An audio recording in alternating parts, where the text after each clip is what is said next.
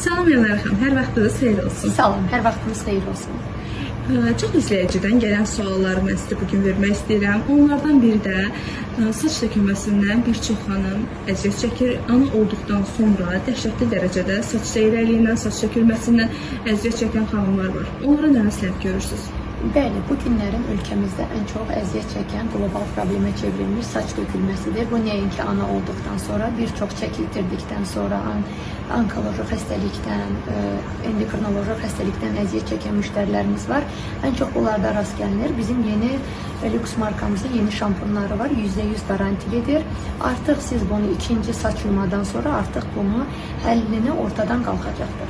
Elnarə xanım, biz istifadə qaydasını İstifadə qaydaları həftədə 2 dəfə, ən azı ən çox 3 dəfə istifadə olunur. Bunlar gündəlik şampunlar deyil, yalnız və yalnız macəri şampunlardır. İstifadə edərkən ilk yumada heç bir şey etmirsiniz, yaxalayırsınız. İkinci yumada saçda 3 və 5 dəqiqə saxlayırsınız, parmaq uçları ilə masaj edirsiniz. 3-5 dəqiqə qaldıqdan sonra siz təkrar saçınızı yaxalaya bilərsiniz. Elnarə xanım, ekzemiyayla kəpəyin fərqini deyə bilərdiniz. Bəzi müştərilərə bu qaranlıq qalır, bu hissə. Zəhmət olmasa bunu da bizə açıqlayardınız. Bəli, çox gözəl sual verdiniz Leyla xanım, ekzema və kəpək. Kəpək ilə ekzema bugün qlobal problemlərimizdən biridir. Ən çox müştərilər bəzən kəpəklə ekzemanı səhv salır. Bəzi müştərilər bilir ki, kəpək var, amma heç də kəpək deyil, ekzemadır.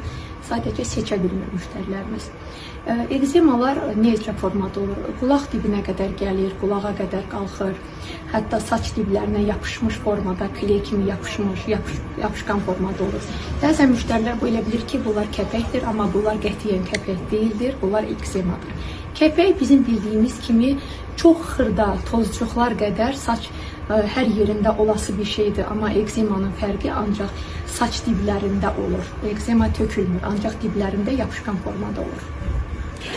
Bəs gündəlik istifadə üçün siz hansı şampunları məsləhət görürsünüz?